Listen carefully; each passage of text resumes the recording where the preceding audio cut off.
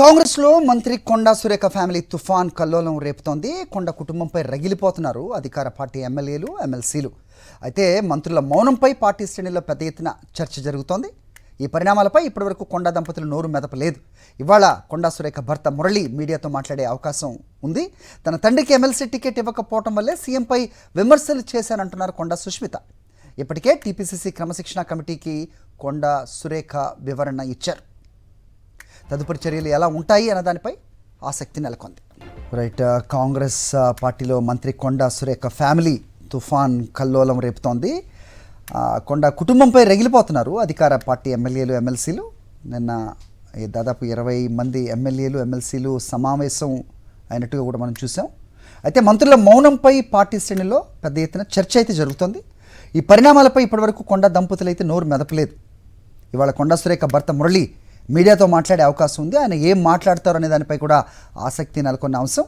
గతంలో కూడా ఇలాగే క్రమశిక్షణ కమిటీ అనగానే కొండా మురళి దంపతులు ఇద్దరు వెళ్ళి కూడా ఎక్స్ప్లెనేషన్ ఇచ్చిన విషయం కూడా మనకు తెలిసిందే. మల్లు రవికి ప్రస్తుతం కూడా అదే పరిస్థితి. అయితే తన తండ్రికి ఎమ్మెల్సీ పదవి ఇవ్వనందుకే తాను ఆ వ్యాఖ్యలు చేశానంటూ కొండా సుష్మిత మాట్లాడడం కూడా తెలుస్తోంది. అయితే తన తండ్రికి ఎమ్మెల్సీ టికెట్ ఇవ్వకపోవటం వల్ల విమర్శలు అనేది వినిపిస్తోంది.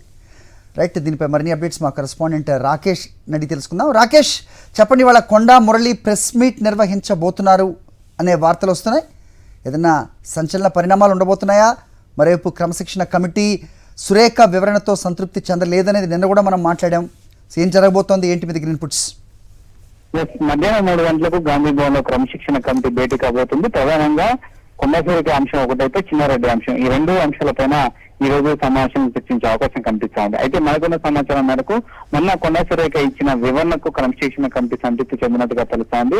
తన కూతురు వ్యాఖ్యలు తనకు ఆపాదించిన పట్ల కొండా సురేఖ అభ్యంతరం వ్యక్తం చేసింది. ఆ నోటీసును వెనక్కి తీసుకోవాలని కోరింది.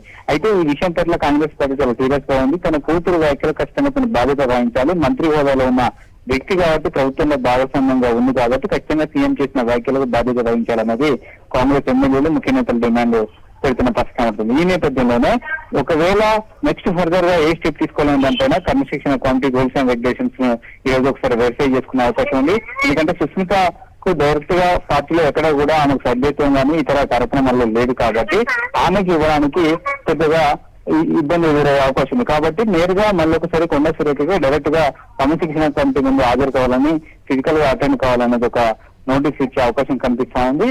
లేని పక్షంలో ఇంకేదైనా ఇతర చర్యలు తీసుకునే అవకాశం కనిపిస్తుంది. ఎందుకంటే ఎమ్మెల్యే అది మంత్రిగా ఉంది కాబట్టి నేరుగా క్రమశిక్షణ కమిటీ చర్యలు తీసుకోవడానికి అవకాశం ఉండదు. ఏఐసిసి ఇన్వాల్వ్మెంట్ అవసరం. ఒకవేళ ఆ పరిస్థితికి వస్తే నోట్ రెడీ చేసి ఏఐసిసికి నివేదికను రాష్ట్ర క్రమశిక్షణ కమిటీ పంపిస్తుంది. ఆ తర్వాత ఏఐసిసి రూల్స్ ని మళ్ళీ ఏఐసిసి ఫాలో అయ్యి ఫర్దర్ నిర్ణయం తీసుకునే అవకాశం ఉంటుంది. చిన్నారెడ్డి అంశం కూడా నిన్న ఏఐసిసి దాకా వెళ్ళింది కాబట్టి మరొకసారి నోటీసులు సర్వ్ చేసే అవకాశం ఉంది. ఇప్పటివరకైతే చిన్నారెడ్డి తనకిచ్చిన నోటీసుల పట్ల ఇప్పటివరకు అయితే వివరణ ఇవ్వలేదు. ఈ నేపథ్యంలో ఫర్దర్ గా ఏం తీసుకోవాలని దానిపైన నిర్ణయం తీసుకునే అవకాశం ఉంది. ఓకే.